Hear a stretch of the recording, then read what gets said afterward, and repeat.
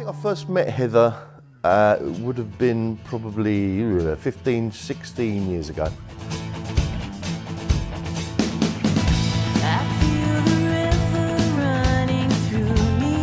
I just thought she had a beautiful voice, which just kind of reminded me of all sorts of interesting artists, from Karen Carpenter, Ava Cassidy, even Kate Bush a little bit. So I kind of, made a mental note of that.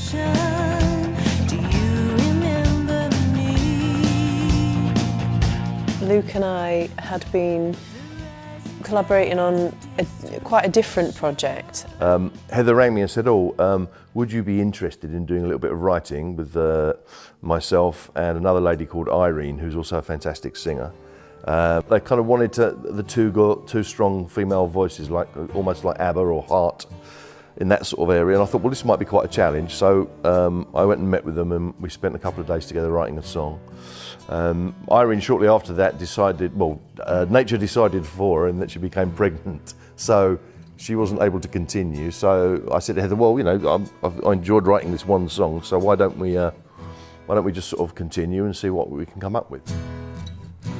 A solo mission was never part of the plan.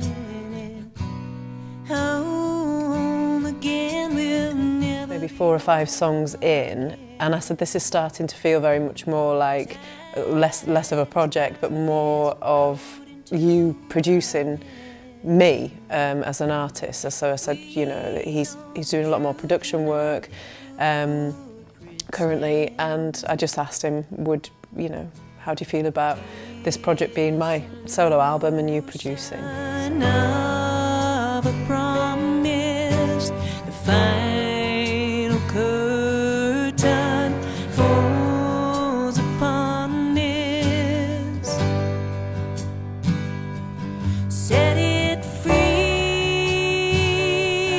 Similarly to the Phoenix Way, I wanted to sort of make a really different mark with it, and I love Luke's production, get on with him great, really enjoyed the process. Heather very, very kindly and without any kind of ego said, look, do what you want, and do it how you see it. If there's anything I don't like, I'll tell you. But I was very keen for her to kind of go into areas that she'd never been before musically, and she was keen to do that too. So that was really good. I mean, I think, obviously Heather's associated with prog rock as a result of being in Mostly Autumn. I think with this, one of my briefs, if you like, was to try and demonstrate her in different kind of lights, and, to prove that she is a fantastic singer-songwriter. That was my kind of brief to myself, if you like, was to try and find those places where her creativity and her voice shine, and do it in a way which is kind of dissimilar to stuff she's done in the past. With all due respect and deference to her past, because obviously if she hadn't have done all of that stuff, then she wouldn't be where she is now.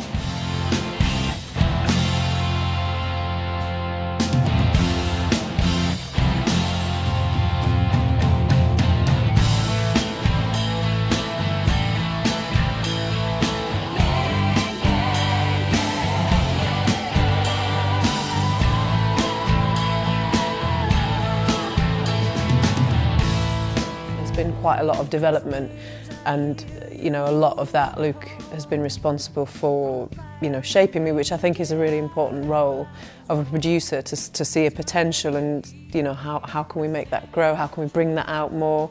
That's maybe something that hasn't been touched on before, that to sort of mirror the artist, but also to shape them into a different form as well.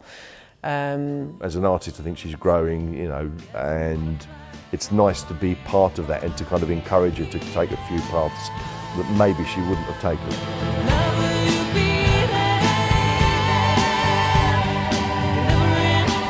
And she's pushed me into a few things that I maybe wouldn't have, directions that I probably wouldn't have gone in as well, because obviously she's as the artist, she's driving the project. So it's been good, There's a song called Face in the Sun, which obviously is very influenced by her annual kind of pilgrimages to India.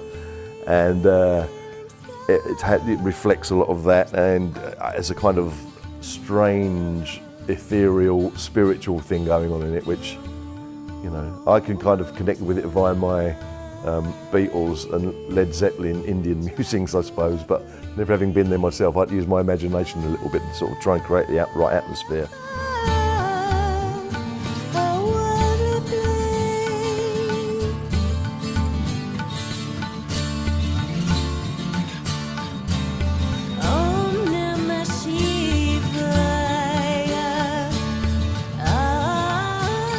You know, it's nice to be able to kind of work with somebody who is, as I say, creatively quite selfless and doesn't bring an ego into the room, which is good, because you won't, if you do that, you won't get good results. You'll limit yourself. But there's always the possibility with her that we could go off in any direction. And I think the album's kind of eclectic nature demonstrates that. Firefly, it would be wrong to hold on,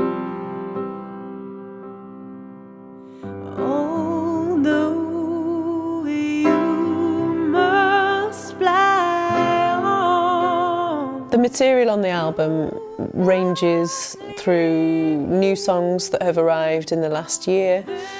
Quite a lot actually arrived in succession towards the end of the session, which often is the case. Lots of the songs are from personal experience, either something that's happened to me or something that I feel very strongly about, even certain things with a political theme, which I've not really touched on before.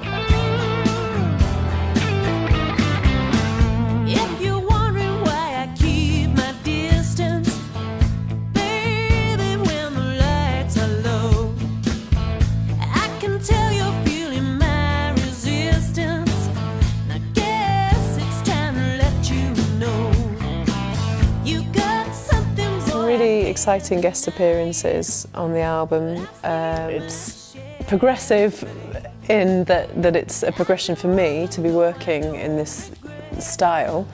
Lots and lots of different sounding tracks on there. I think it's very much more mainstream than anything that I've done before.